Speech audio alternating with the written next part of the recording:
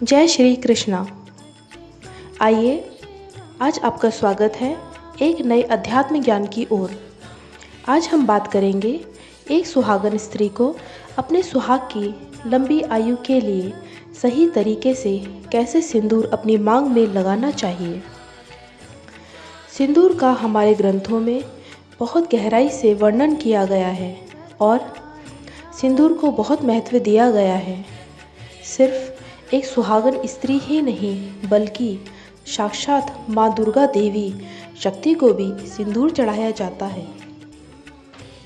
इसीलिए मैं आपको माँ सीता जी का एक सिंदूर से जुड़ा हुआ प्रसंग वर्णन करती हूँ, जो कि रामचरितमानस से जुड़ा हुआ है। एक बार जब हनुमान जी ने जानकी माता जी को सिंदूर लगाते हुए देखा तो कौतूहलवश पूछ लिया कि वो ऐसा क्यों करती है। इस पर माता सीता ने बताया कि वो सिंदूर अपने पति श्री राम के दीर्घायु और स्वस्थ जीवन की कामना के लिए लगाती हैं। श्री हनुमान जी को यह बात भा गई। उन्होंने सोचा, एक चुटकी सिंदूर में जब इतनी शक्ति है तो यदि वो पूरे शरीर पर प्रभु श्री राम के लंबी आयु और स्वस्थ जीवन की कामना के लिए लगा लें तो यह ज़्यादा लाभकारी होगा। बस यही सोचकर हनुमान जी ने अपने पूरे शरीर पर सिंदूर लगा लिया और भरी सभा में पहुंच गए।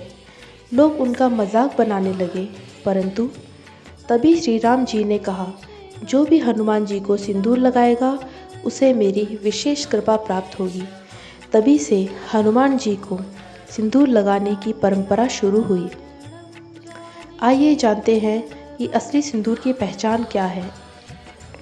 असली सिंदूर कपिला नामक वृक्ष की फली के रस से तैयार किया जाता है। यह सिर्फ रंग होता है जो हल्दी पर मिलने से हम सुहागिनों के लिए सिंदूर के रूप में तैयार हो जाता है। इसका असली रंग नारंगी होता है। असली सिंदूर कुछ भारी होता है और हनुमान जी को अर्पित होने वाला सिंदूर ही असली सिंदूर है। इसीलिए सुहाग के व्रत या त्यौहार में इसका प्रयोग करें अपने सुहाग की लंबी आयु के लिए। सिंदूर लगाने का सही तरीका आइए जानते हैं। सिंदूर स्नान करने के बाद ही लगाएं और सिंदूर मांग के बीचों बीच ही लगाएं। आजकल के मॉडर्न ज़माने में मार्केट में जो नकली लिक्विड सिंदूर अवेलेबल है, हो सके तो उनका प्रयोग व्रत त्योहारों जैसे करवा चौथ पर ना करें। महीने में एक बार हो सके तो अपने पति से अपनी मांग भरवाएं और एक खास मंत्र का उपयोग प्रतिदिन मांग भरते समय करें। मंत्र है, हे गौरी शंकरा अर्धांगिनी यथा त्वं शंकरा प्रिया तथा माम कुरु कल्याणी कांत कांता सुदुर्लाभाम।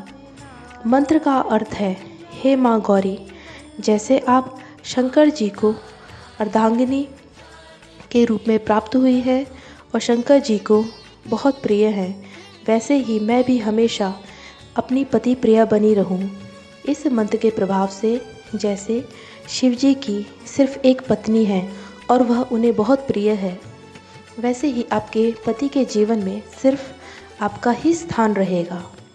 हमेशा कोई दूसरा नहीं आएगा पति के जीवन में।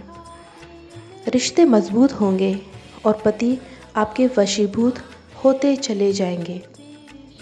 इस मंत्र के प्रभाव से आपको जीवन में पति का पूर्ण सुख प्राप्त होगा।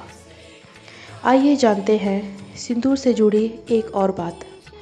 माँ दुर्गा देवी के समक्ष कभी भी बिना सिंदूर के ना जाएं, क्योंकि जिस रूप में हम माँ दुर्गा या देवी के समक्ष जाते हैं वैसे ही हो जाते हैं।